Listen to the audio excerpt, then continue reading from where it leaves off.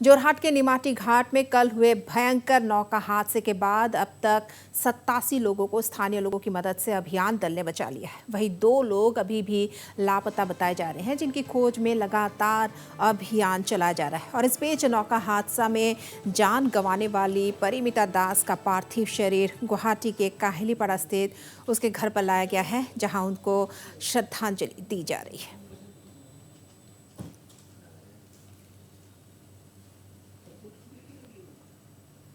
काहिलीपाड़ा स्थित घर पर लाया गया है परिमिता दास का पार्थिव शरीर। और इससे पहले नगांव के पुरानी गोदाम स्थित पारघाट में परिमिता के मामा के घर पर उसे अंतिम श्रद्धांजलि दी गई, उसके पार्थिव शरीर को अंतिम श्रद्धांजलि दी गई।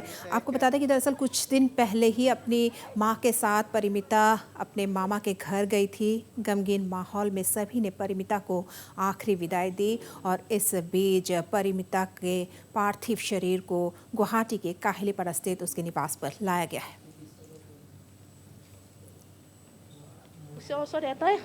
ভাবিছোঁ যাতে মাক দেউতাকক মানে অত্যন্ত শক্তি দিয়ক, গোটেই সমস্যাখিনিৰ সন্মুখীন হ'ব পৰাকৈ।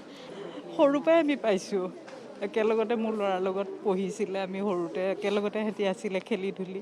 তাই বৰ গহীন আছিলে ছোৱালীজনী, ভাল ছোৱালী আৰু মানে ভগৱানে লৈ গ'ল আৰু য'ত আছে। আমি একে ষ্টাফৰ হয়, SB হেডকোৱাৰ্টাৰ আমি একে ষ্টাফৰ হয়, একেলগতে জন্ম। মোৰ ছোৱালীৰ লগত খেলা ধূলা একেলগে তিনিজনী সদায় কম্পিটিশ্যন, নাচে গানে চবতে। আমি পাহৰিব নোৱাৰোঁ তাই ইমান মৰমীয়াল আছিলে। আমি মানে তাই চাৰিওফালে মানে সকলো কামতে তাই লাগতি লাগে। তাই নাটক কৰে, তাই গান গায়, তাই পঢ়া শুনাত ভাল, মানে ইমান অমায়িক ছোৱালী এজনী আমি এনেকৈ হেৰুৱাম বুলি কেতিয়াও কোনোদিনেই ভবা নাছিলোঁ। কৰ্মস্থলীলৈ গৈ আজি মাকৰ বুকু সুধা কৰি গ'ল। কাৰ ভুলৰ কাৰণে হ'ল? সেই নদীৰ যিখিনি মানে জাহাজৰ হেৰি কৰিছে, সেই তেখেতসকলৰ ভুলৰ কাৰণে আজি মাকৰ সুধা হ'লনে? ইমান এজনী আজি ছোৱালীক আমি হেৰুৱাব লগা হৈছে। আমি দুখ পাইছোঁ। আজি আমাৰ বুকু সুধা হৈছে, আজি মাকৰ বুকু সুধা হৈছে। গতিকে আমি কি ক'ম আৰু কওক। और इधर नाव दुर्घटना के बाद आज मुख्यमंत्री हिमंत विश्व शर्मा सुबह ही घटनास्थल का जायजा लेने पहुंचे। जोरहाट मेडिकल कॉलेज अस्पताल में घायलों की सुध लेने के बाद वे माजुली गए और गढ़मुड़ के सर्किट हाउस में जिला उपायुक्त और अधिकारियों के साथ एक बैठक की। बैठक में कई दल संगठनों के प्रतिनिधि भी उपस्थित थे। बैठक के बाद मुख्यमंत्री ने मीडिया को जानकारी दी कि जोरहाट और माजुली के बीच फेरियों के संचालन में कुछ गड़बड़ी देखी गई है। किसी व्यक्ति विशेष के दबाव में आकर सरकारी फेरी नहीं चलाई जा रही और इस सिलसिले में विस्तृत जांच के निर्देश दिए गए।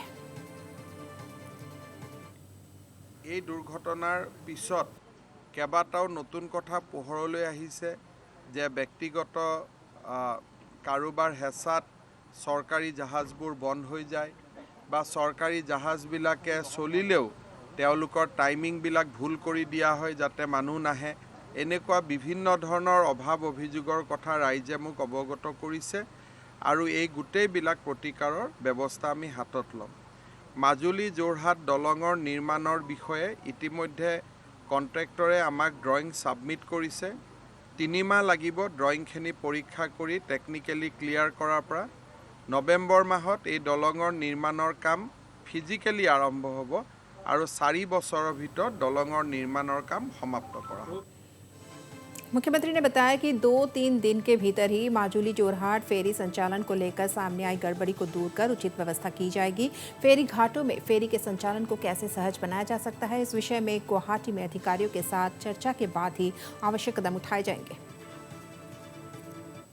গোটেই সংগঠনসকলে যিমান পৰামৰ্শ দিছে আপোনালোকে 2-3 দিনৰ ভিতৰতে গোটেই ফলাফলবিলাক দেখা পাব। স্যাৰ ঘাটত এটা কৰি ৰেম্প হোৱাৰ কাৰণে ৰেম্প আমি বঢ়াব লাগিব।